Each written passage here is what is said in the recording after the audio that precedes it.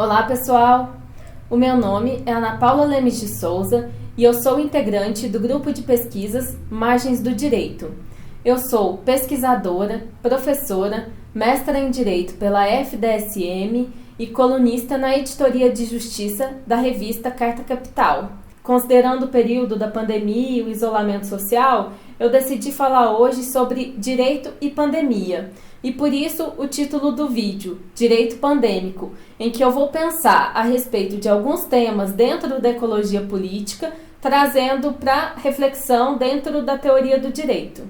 Hoje nós vamos conversar sobre a temática da Covid-19 a partir de alguns artigos que eu estou desenvolvendo. Alguns deles já estão prontos para publicação em livro ou artigos científicos e algumas pesquisas ainda estão em andamento.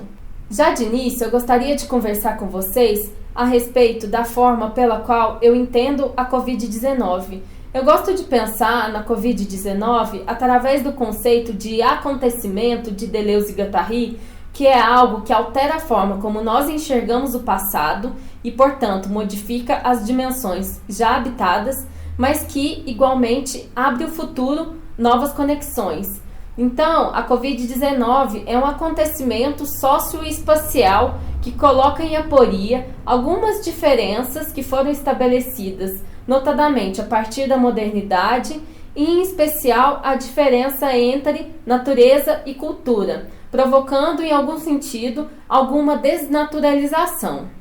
Eu não vou ter tempo aqui de trazer os pressupostos teóricos, mas eu preciso falar um pouco a respeito da metodologia pela qual eu consigo chegar a essa conclusão. Não cabe aqui trazer todo um panorama teórico a respeito da forma como eu enxergo a Covid-19. Contudo, cabe aqui trazer um rápido panorama da teoria do ator-rede que eu utilizei com base em Bruno Latour, mas não somente nele, sendo importantes também algumas abordagens que são trazidas em Venturini, e em especial nos escritos da Isabelle Stengers, que é uma pensadora, filósofa da ciência, que está colocada de uma forma muito próxima ao pensamento do Bruno Latour. A teoria ator-rede é uma metodologia negativa, o que significa que é permitido fazer livres associações. Existem notadamente 3 princípios a respeito dos quais eu gostaria de conversar um pouco com vocês. O primeiro princípio é o princípio da simetria, que faz com que nós tomemos simetricamente os atores humanos e os não humanos. O que o Bruno Latour ele vai falar? Ele vai falar que essa diferenciação entre humanos e não humanos é uma diferença trazida pelo que ele chama de Constituição Moderna. Ele vai trazer naquele título célebre do livro Jamais Fomos Modernos, essa brincadeira de que nós jamais fomos modernos. Existiu uma certa constituição da modernidade que nesse momento de catástrofe climática está ruindo. Ele vai falar que essa diferença entre humanos e não humanos é uma diferenciação trazida dentro da Constituição moderna, que traz a separação radical entre sujeito e objeto, que é muito comum dentro da sociologia do social de Durkheim, e vai instituir o que a gente chama de esfera objetiva, de realidades e de subjetividades, como se eles fossem domínios totalmente separados. Essa cisão é o que vai criar também o abismo entre natureza e cultura. Contudo, essa cisão ela vai ser ruída a partir do contexto da catástrofe climática ou emergência climática. Na verdade, existem vários nomes que se propõem a interpretar esse momento em que a ação humana adquire a potência de uma força geológica, marcando as suas impressões digitais na história geográfica da Terra, que é o que o Paul Crutzen vai chamar de antropoceno, que é esse contexto em que a humanidade, ela mesma, se torna uma catástrofe. A Stengers vai trazer uma reflexão muito importante para nós entendermos esse princípio da simetria. Ela vai falar que é para nós prestarmos muito mais atenção aos desvios de rota, aos defeitos, às relações de forças e aos jogos de poder, e ainda aquelas relações que são colocadas como impuras. O O segundo princípio é chamado princípio do não reducionismo, que é todo aquele regime de pensamento que faz a passagem do isto é isto ou isto não é isto para isto é somente isto ou isto nunca é isto. O que isso quer dizer? Isso quer dizer que as relações, elas são complexas. A Stengers, ela utiliza muito uma frase em vários dos seus livros que é: não tome a posição de juiz. Ela vai pensar que essa posição de juiz é justamente você reduzir as coisas. Então, um dos importantes princípios para a teoria do ator-rede é justamente esse do não reducionismo. O terceiro princípio, que é bastante importante para nós entendermos essa metodologia negativa da teoria ator-rede, é o princípio da não estabilidade. Para esse princípio, o social ele está sempre em formação. Não existe uma estabilidade. Então, não existem grupos, existem formações de grupos. Esse movimento de pensamento desse princípio, ele vem da sociologia de tradução de Gabriel Tarde, que vai se contrapor ao que é chamado de sociologia do social, do Durkheim. Já entendido esses três princípios, eu gostaria de propor uma reflexão ainda sobre essa ideia de natureza e cultura, de que a natureza, ela é, na verdade, uma unificação prematura dos seres viventes. O objetivo do meu trabalho foi seguir o coronavírus e descrever as suas redes, tentando entender o que a Covid-19 precisa para existir. Nessa parte do trabalho, então, eu vou descrever o aparecimento do coronavírus que encontra território e hospedagem nos humanos na modernidade contemporânea, tentando entendê-lo a partir do contexto da emergência climática e do advento do antropoceno que eu já conversei aqui com vocês. A Covid-19 pode ser interpretada como um dos 1000 nomes que são dados para a irrupção de Gaia, lembrando a hipótese Gaia que foi desenvolvida por Lovelock, quando a Terra ela passa a ser interpretada como um ser vivo formado pela multiplicidade de vários seres viventes e não mais aquele ente passivo, que é o ente que era trazido pela Constituição moderna sob a ideia da natureza, que, como eu já conversei com vocês, seria a unificação prematura dos seres viventes. Isso quer dizer que o aparecimento do coronavírus é, além de uma crise sanitária, sobretudo uma crise ecológica, que está colocada em pé de igualdade com o aumento de temperatura global, aumento de CO2 na atmosfera, o derretimento das calotas polares, a acidificação dos oceanos, o holocausto biológico, dentre vários outros problemas que aparecem nesse contexto de emergência climática. A emergência climática, ela coloca em aporia não apenas essa diferenciação entre natureza e cultura, como faz aparecer e multiplicar o que o Bruno Latour ele vai chamar dos híbridos. Então é preciso que nós possamos aprender a negociar com a Terra, não mais ignorá-las. E sobre os híbridos ainda, a Covid-19 ela pode ser interpretada como um tipo de hibridismo, porque ela pressupõe tanto a natureza, através do coronavírus, quanto à cultura, já que Covid quer dizer disease, está relacionado então com a doença. Se trata de uma interpretação por meio das ciências biomédicas, mas não somente dela, desse contexto de um hibridismo que aparece frente à catástrofe climática. Olhem que curioso, o coronavírus é um ser microscópico, minúsculo, mas agora ele se tornou tão grande que está na mira dos olhos do mundo inteiro. Ele passa, então, por diferentes disciplinas, como a biologia, a economia, a política e o próprio direito, da mesma forma como ele flutua entre os aeroportos, as malhas viárias, até chegar aos nossos poros e sulcos dos corpos, que estão melecados com álcool gels. Isso onde a economia permite a passagem. A desnaturalização que permite o aparecimento do coronavírus, ele está ligado a uma separação entre ciência e política, que é o momento em que aparece esse discurso da modernidade que depois vai ser apropriado pela economia, que é o que nós vamos conversar daqui a pouco. Existe aí, então, nessa trajetória, a transformação do coronavírus em Covid-19, que é um problema que passa, por um lado, pela superpopulação humana e dos nossos animais domésticos, mas, sobretudo, por uma aceleração da economia, uma aceleração do consumo. Lembrando ainda do Davi Copenaua e do Bruce Albert, que vai falar que nós, hoje, povos brancos, contemporâneos, ocidentais, somos mesmos os povos da mercadoria, que tem essa relação de mercantilização da vida, que é um discurso que eu vou me reapropriar depois, quando nós ingressarmos nessa conversa, já trazendo para o âmbito da teoria do direito. Só para nós fecharmos esse raciocínio, a pandemia da Covid-19, ela se trata de uma crise que é simultaneamente sanitária, política e econômica. É uma crise híbrida própria desse contexto do reaparecimento de Gaia.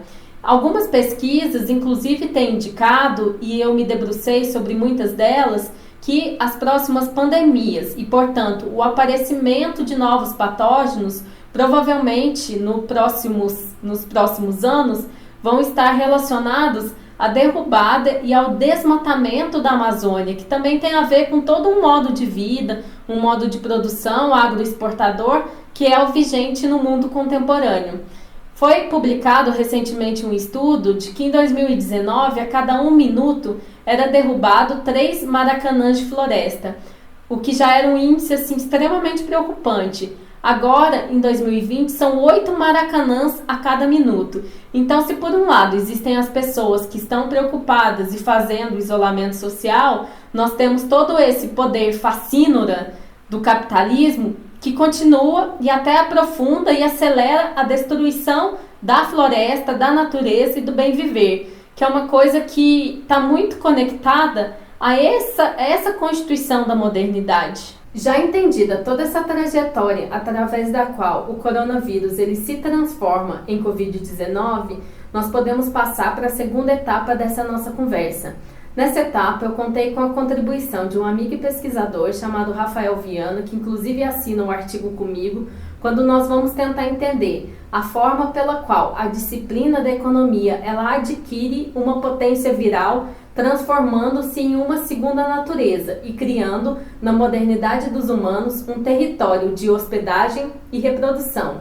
A economia, como nós vamos perceber, ela opera pelo emudecimento da terra. Assim como o acontecimento do aparecimento das ciências modernas vai operar pelo silenciamento dessas disputas intermináveis. Essa noção de uma natureza funcionando autônoma, ela foi emprestada para o mercado, que é o que faz nascer a ideia de um mercado autorregulado, portanto, uma segunda natureza. O silenciamento das disputas intermináveis que vão marcar o aparecimento das ciências modernas podem ser interpretadas através da alegoria da caverna de Platão. Nessa alegoria, nós podemos entender a separação entre 2 mundos, um mundo povoado de humanos e um mundo povoado de não humanos. Nesse sentido, lá fora da caverna estaria a natureza e dentro da caverna estaria um mundo de representações dessa natureza mesma.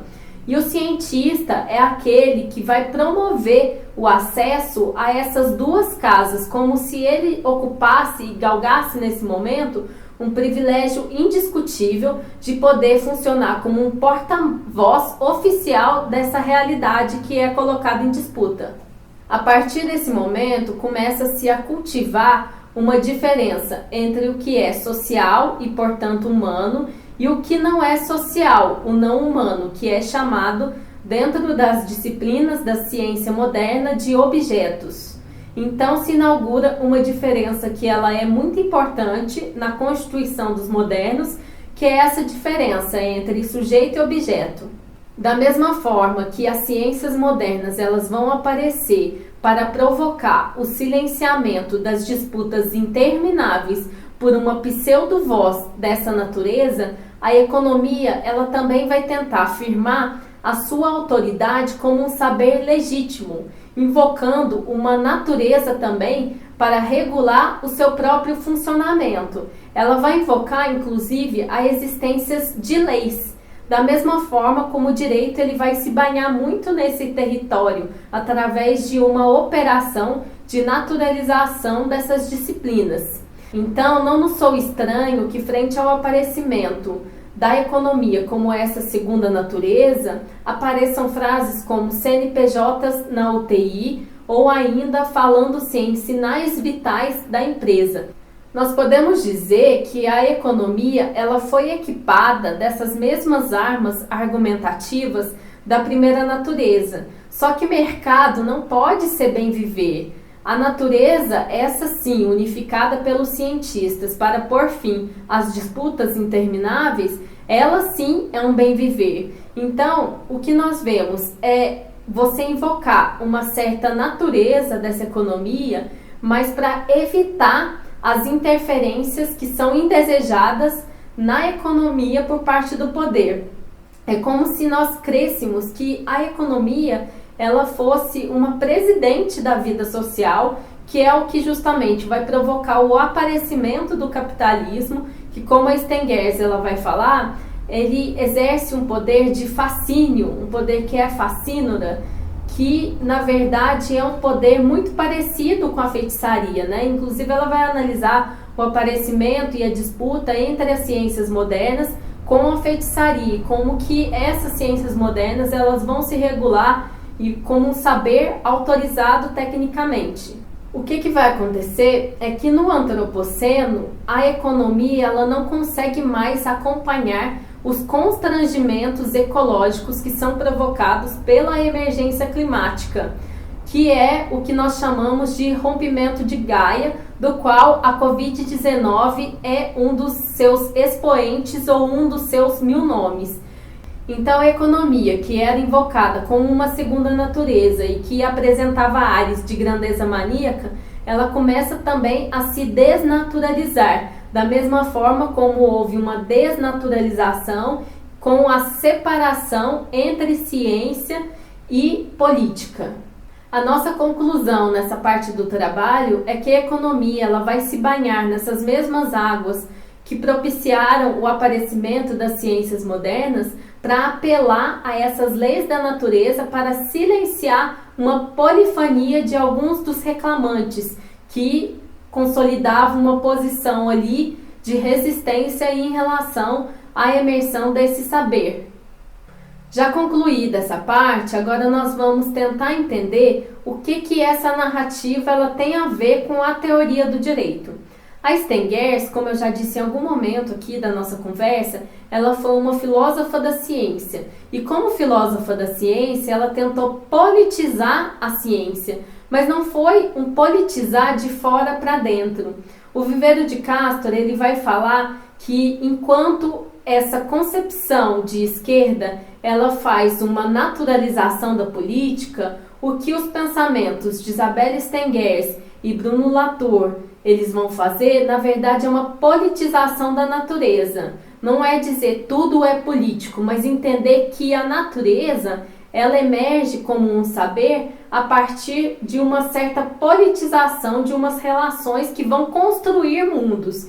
Então, você fazer ciência é você construir mundos, da mesma forma como você fazer direito, as políticas do direito, é você entender que o direito, enquanto um saber tecnicamente autorizado, ele também trabalha a partir de um mundo, a partir de uma cosmopolítica, e ele também está construindo esses mundos.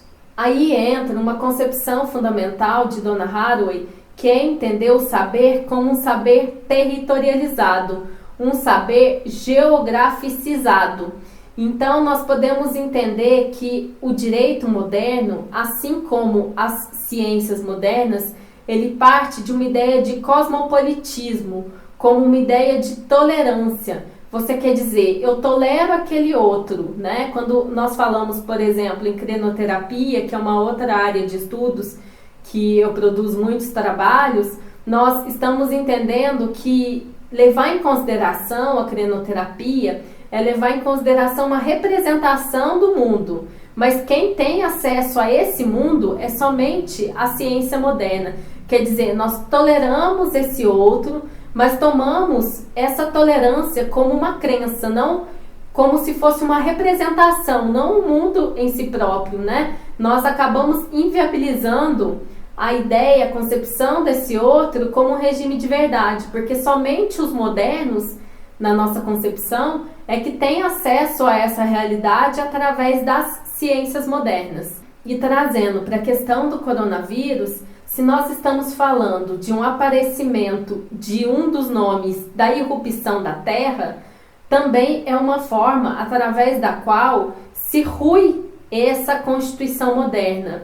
Quer dizer, é uma forma de desenfeitiçar o capitalismo, é resistir a esse capitalismo através desse desenfeitiçamento. Então, dentro do direito moderno, existe também um modelo de cidadão, que é o modelo de cidadão consumidor, em que os sujeitos cada vez mais estão sendo construídos como se fossem empreendedores. Existe uma lógica de empresariamento de si, que é uma lógica que vai atravessar o direito da mesma forma como atravessa as ciências modernas e essas disciplinas do Ocidente. E também, a partir disso, nós podemos interpretar o aparecimento da supremacia do direito em relação, por exemplo, à política, em relação a outras disciplinas, para ajudar na implementação de uma agenda que está pautada, está calcada nessa concepção do direito como uma mercadoria. Lembra que eu falei que o crescimento, a ótica da economia, ela vai crescer pela subtração das intervenções indesejadas nesse mercado autorregulado, como se existisse uma mão invisível que regulasse a economia? O direito ele vai servir como um comprometimento ali em isolar certos domínios de saber para não ingressarem nesse empresariamento. Quer dizer, se cria um certo fundamentalismo empresarial que vai se servir para a ótica de governança e vai assumir uma série de compromissos ideológicos com o capitalismo.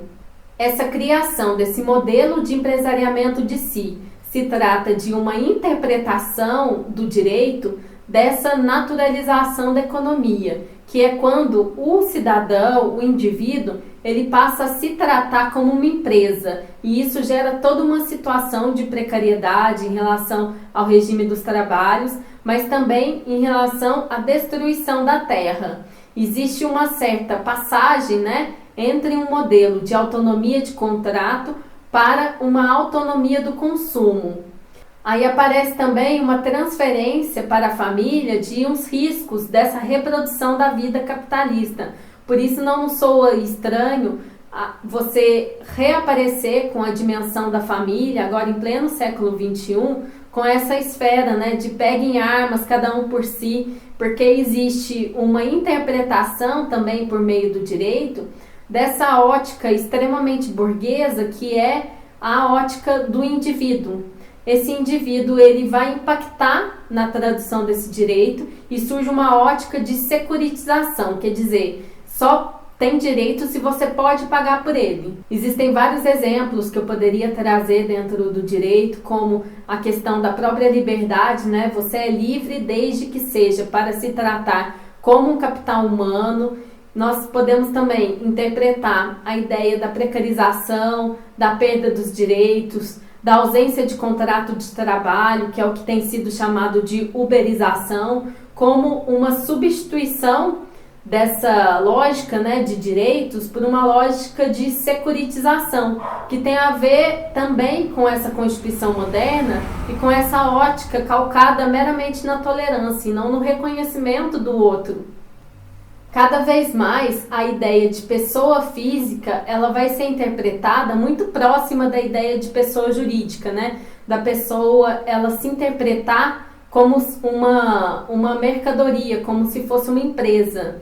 O mercado ele passa a ser tratado como se ele fosse bem viver e a economia ela vai se erguer como uma segunda natureza e vai encontrar no coronavírus um potencial aliado para o seu projeto necropolítico. Para a concepção do Latour, o direito ele é um modo de existência, é um modo de existência dos modernos e assim também é um modo de existência que ele é profundamente afetado através dessas livres associações pela existência do capitalismo. Ele abole então com essa ideia de um ser de um sujeito, de algo que possa ser universalista.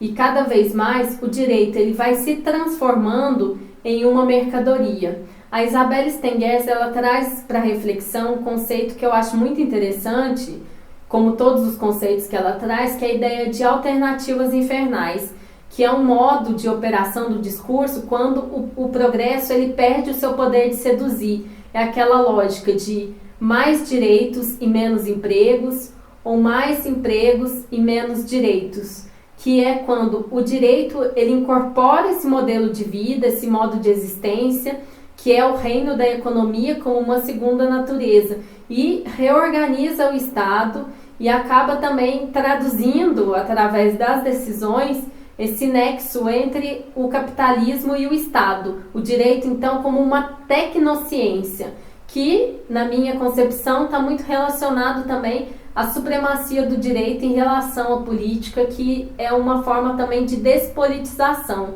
E a partir daí se torna muito interessante analisar a passagem da sociedade disciplinar em Foucault para a sociedade de controle em Deleuze, que está muito ligado à criação de mercado, inclusive à produção de alteridades para a criação de disciplina e de confinamento, para cada vez mais o sujeito ele ser interpretado como uma empresa de si própria. Para a criação desses nichos de mercado, se divide e se separa, ao invés de, como na sociedade disciplinar, você criar uma disciplina dos corpos pela igualdade desses corpos. E já que nós estamos falando em aparecimento do coronavírus, em fins de mundos que passa por um processo de desnaturalização da primeira natureza e desnaturalização da segunda natureza, como que o direito pode contribuir com a construção dessa nova gramática? Como primeiro ponto, o direito ele pode ser interpretado como uma disciplina menor, que vai multiplicar as nossas chances de futuro através de uma dinâmica de criatividade e também com o questionamento desses modelos de vida que são impostos por esse reino da economia. É quando o direito ele passa a se pensar também como política, mas não como um cosmopolitismo, e sim como uma cosmopolítica no sentido de Stengers. Que aí eu acho que entra um ponto fundamental que nós podemos conversar em um outro momento, que você negar a política é você reafirmar uma soberania do direito, que é um cenário muito complexo, que está muito ligado a todos esses assuntos que nós debatemos hoje e que poderemos retomar em um segundo momento. Agradeço a todos que me escutaram até o final dessa conversa. Eu não sei quanto tempo o vídeo ficou, eu acredito que ficou longo, eu vou tentar reduzi-lo e estou à disposição para nós desenvolvermos melhor essas temáticas e comentarmos uns com os outros o que vocês acharam dessa ideia de direito pandêmico. Um abraço!